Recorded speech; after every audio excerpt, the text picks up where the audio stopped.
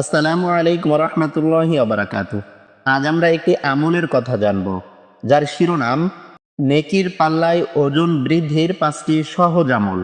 এটি শহীদ আল্লামা দেলোয়ার হোসাইন সাইদি রাহিমাহুমুল্লাহ তার সহি হাদিস অবলম্বনে জান্নাত লাভের সহজ আমল বইতে উল্লেখ করেছেন।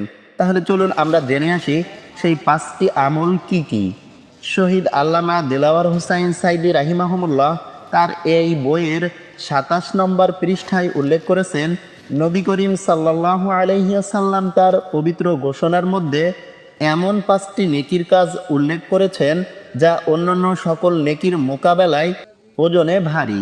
তিনি বলেছেন, 5টি নেকির কাজ বড়ই বিস্ময়কর, যা ওজনে সবথেকে ভারী করে দেবে। সে নেকির কাজগুলো নিম্নরূপ: 1. লা ইলাহা ইল্লাল্লাহু, 2. সুবহানাল্লাহ, 3. আলহামদুলিল্লাহ, 4. আল্লাহু আকবার। এবং 5 নম্বর নেকির কাজ হলো সৎ ও আল্লাহভীরু সন্তান ইন্তেকাল করার কারণে যে মুসলমান সর্বোত্তম ধৈর্য অবলম্বন করেছে। এই হাদিসটি ইবনে হাব্বান বর্ণনা করেছেন।